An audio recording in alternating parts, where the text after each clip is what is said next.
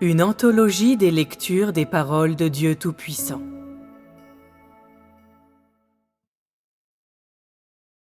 Dieu lui-même, l'unique. 3. L'autorité de Dieu. 2.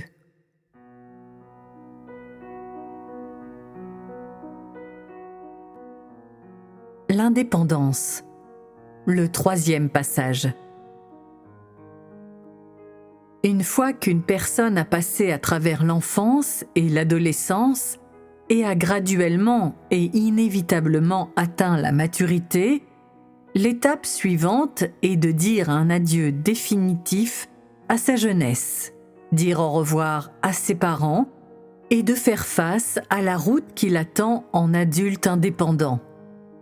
À ce point, elle doit confronter toutes les personnes, tous les événements et toutes les choses auxquelles un adulte doit faire face, affronter tous les maillons de la chaîne de son destin. C'est le 3e passage par lequel une personne doit passer. 1. Après être devenue indépendante, une personne se met à expérimenter la souveraineté du Créateur.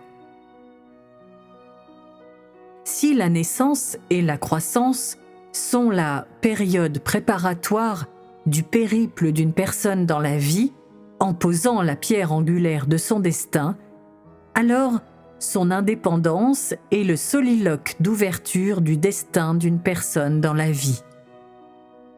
Si la naissance d'une personne et sa croissance sont la richesse qu'elle aura amassée pour son destin dans la vie, alors l'indépendance d'une personne se révèle quand elle commence à dépenser cette richesse ou à y ajouter. Quand on quitte ses parents et on devient indépendant, les conditions sociales auxquelles on fait face et le genre de travail et de carrière qui s'offrent à soi sont tous deux décrétés par le destin et n'ont rien à voir avec ses parents. Certaines personnes choisissent un bon cours de spécialisation dans une institution d'études supérieures et finissent par trouver un emploi satisfaisant après l'obtention du diplôme, faisant ainsi un premier grand pas triomphant dans le voyage de leur vie. Certaines personnes apprennent et maîtrisent de nombreuses compétences et pourtant ne trouvent jamais un emploi qui leur convienne, ni ne trouvent leur poste, encore moins ne font carrière. Dès le début de leur voyage de la vie, elles se trouvent contrariées à chaque tour, en proie à des ennuis, avec des perspectives lugubres et une vie incertaine. Certaines personnes s'appliquent avec diligence à leurs études, mais manquent de justesse toutes leurs chances de recevoir un enseignement supérieur et semblent vouées à ne jamais atteindre le succès, leur première aspiration dans le voyage de leur vie fondant comme neige au soleil. Ne sachant pas si oui ou non la route est lisse ou rocheuse, elles sentent pour la première fois comment la destinée humaine est pleine de variables et considèrent donc la vie avec espoir et effroi. Certaines personnes, malgré leur bas niveau d'études, écrivent des livres et arrivent à avoir une certaine renommée. Certaines, bien que presque totalement analphabètes, font de l'argent en affaires et sont ainsi en mesure de subvenir à leurs besoins. L'occupation que l'on choisit, comment on se débrouille pour vivre, a-t-on le contrôle de faire un bon choix ou un mauvais choix ? Est-on en harmonie avec ses désirs et décisions ? La plupart des gens souhaiteraient travailler moins et gagner plus, ne pas peiner sous le soleil et la pluie, s'habiller bien, rayonner et briller partout, dominer les autres et faire honneur à leurs ancêtres. Les désirs des gens sont si parfaits, mais quand les gens font leur premier pas dans le voyage de leur vie, ils viennent peu à peu à réaliser à quel point la destinée humaine est imparfaite et pour la première fois, ils saisissent vraiment le fait que si l'on peut faire des plans ambitieux pour son avenir, si l'on peut établir des fantasmes audacieux, personne n'a la capacité ou le pouvoir de réaliser ses propres rêves. Personne n'est en mesure de contrôler son propre avenir. Il y aura toujours une certaine distance entre ses rêves et la réalité qu'il faut affronter. Les choses ne sont jamais comme on aimerait qu'elles soient, et face à ces réalités, les gens ne peuvent jamais obtenir la satisfaction ou le contentement. Certaines personnes vont même faire tout leur possible, consentir de grands efforts et de grands sacrifices pour améliorer leurs moyens d'existence et leur avenir dans un effort de changer leur propre destin. Mais à la fin, même si elles peuvent réaliser leurs rêves et leurs désirs par leur propre travail dur, elles ne peuvent jamais changer leur destin. Et peu importe la façon dont elles essaient avec acharnement, elles ne peuvent jamais aller au-delà de ce que le destin leur a réservé.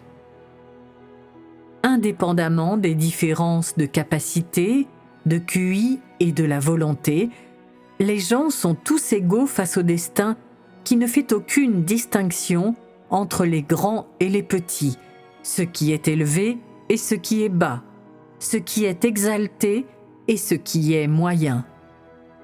L'occupation que l'on poursuit, ce que l'on fait pour vivre et combien de richesses on amasse dans la vie, cela ne procède pas de la décision des parents, de ses talents, de ses efforts ou de ses ambitions, mais c'est prédéterminé par le Créateur.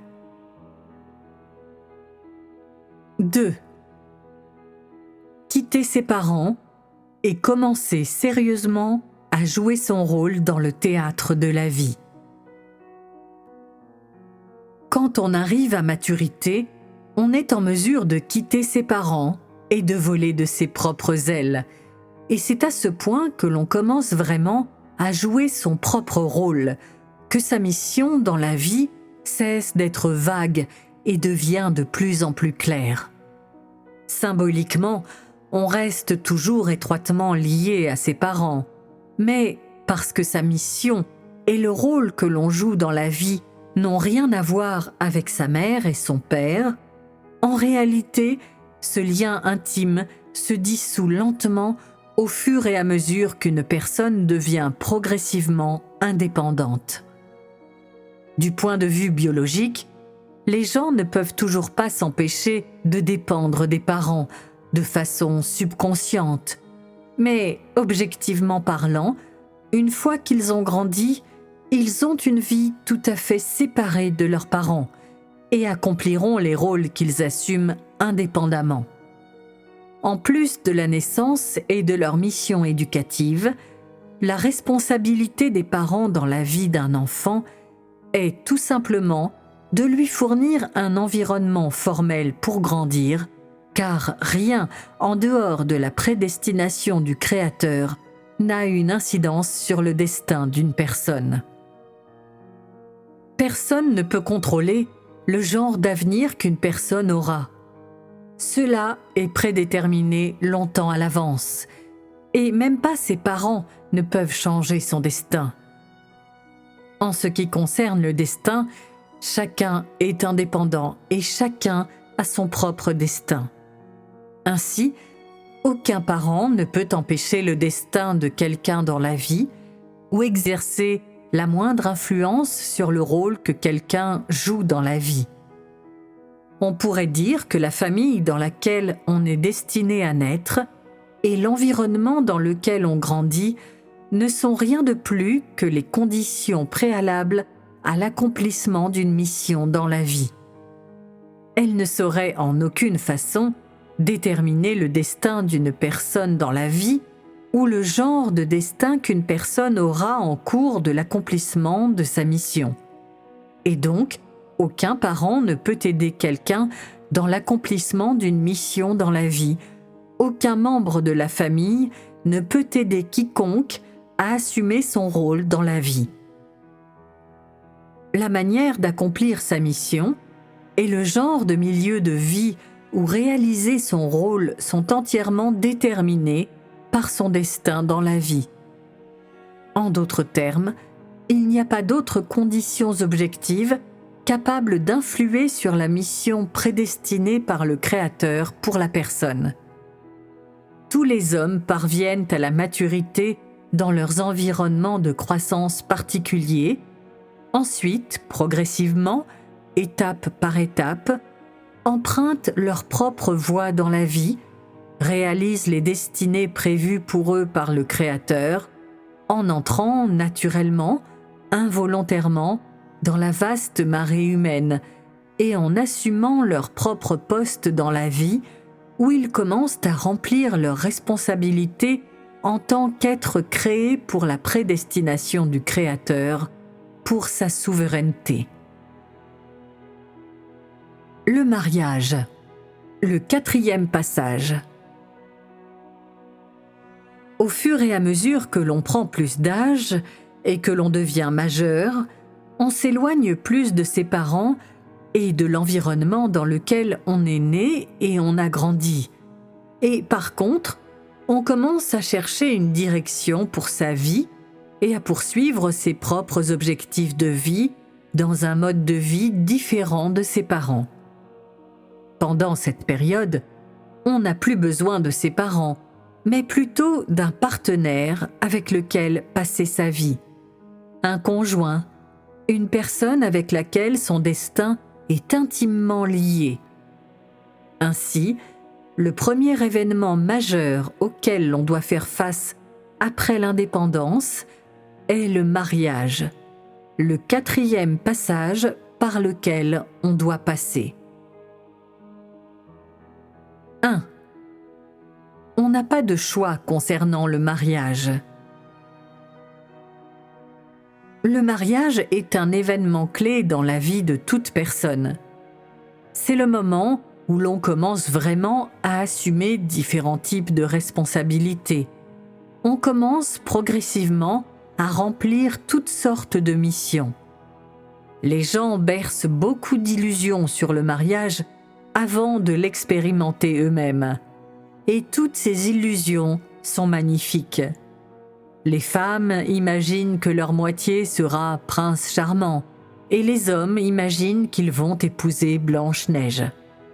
Ces fantasmes montrent bien que chaque personne a certaines exigences du mariage, sa propre liste d'exigences et de normes. Bien que dans cet âge pervers, les gens soient constamment bombardés de messages contrefaits sur le mariage, qui créent même plus d'exigences supplémentaires et donnent aux gens toutes sortes de fardeaux et d'attitudes étranges, toute personne qui a expérimenté le mariage sait que peu importe la façon dont on le comprend, peu importe l'attitude que l'on a à son égard, le mariage n'est pas une question de choix individuel. On rencontre beaucoup de gens dans sa vie, mais personne ne sait qui deviendra son partenaire dans le mariage. Bien que tout le monde ait ses propres idées et positions personnelles au sujet du mariage, personne ne peut prévoir qui va enfin devenir sa véritable autre moitié, et ses propres notions importent peu. Après avoir rencontré une personne que tu aimes, tu peux poursuivre cette personne. Mais si elle s'intéresse à toi ou pas, s'il, elle, est en mesure de devenir ta partenaire ou pas, il ne t'appartient pas de décider.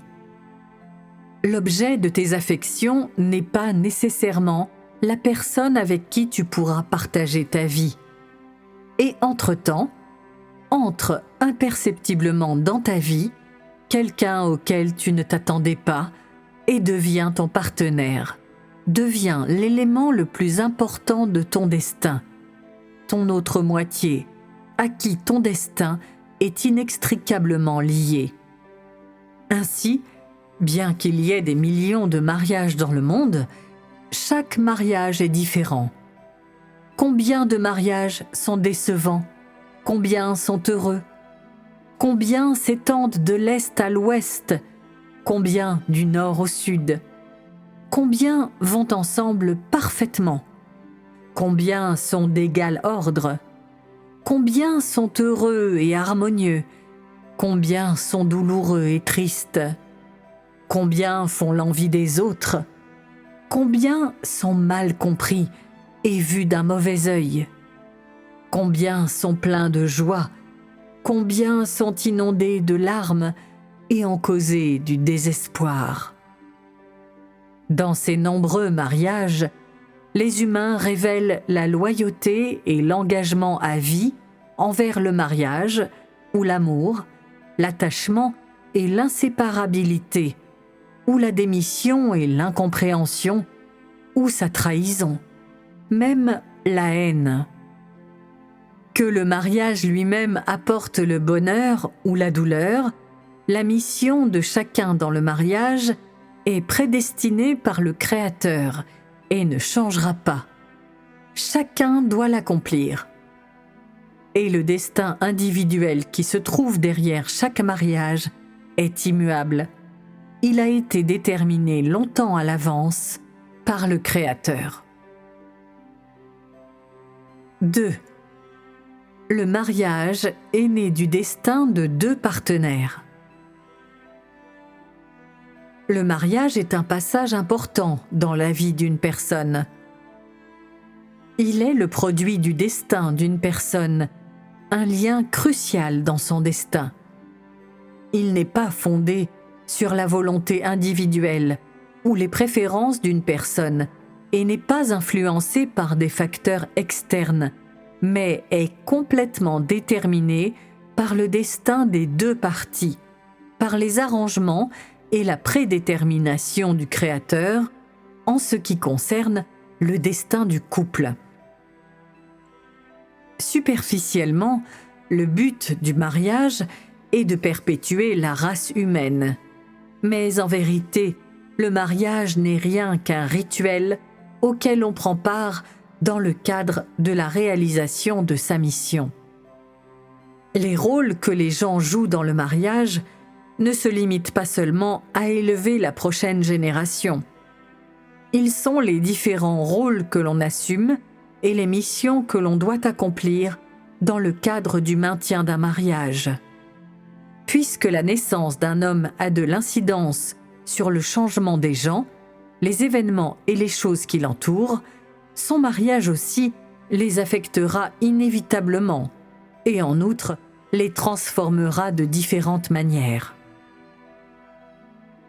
Quand on devient indépendant, on commence son propre voyage dans la vie, qui mène étape par étape vers les gens, les événements et les choses qui ont rapport à son mariage. Et en même temps, l'autre personne avec qui ce mariage sera conclu s'approche, étape par étape, de l'entourage de ces mêmes personnes, événements et choses. Sous la souveraineté du Créateur, deux personnes non apparentées qui partagent un même destin entrent progressivement dans un mariage et deviennent, miraculeusement, une famille, deux sauterelles qui s'accrochent à la même corde. Donc, quand on entre dans un mariage, son voyage dans la vie influencera et touchera l'autre moitié, et le voyage de son partenaire dans la vie influencera et touchera son destin de la vie. En d'autres termes, les destins humains sont interconnectés, et personne ne peut remplir sa mission dans la vie, ni totalement exercer son rôle indépendamment des autres. La naissance d'une personne a une incidence sur une énorme chaîne de relations. La croissance implique également une chaîne complexe de relations. De même, un mariage existe et se maintient inévitablement dans une vaste et complexe toile de connexions humaines, impliquant chaque membre et influençant le destin de chacun qui en fait partie. Un mariage n'est pas le produit de deux familles apparentées, des circonstances dans lesquelles ils ont grandi, de leurs apparences, de leurs âges, de leurs qualités, de leurs talents ou d'autres facteurs. Il découle plutôt d'une mission commune et d'un destin commun. Telle est l'origine du mariage, un produit du destin humain, orchestré et arrangé par le Créateur.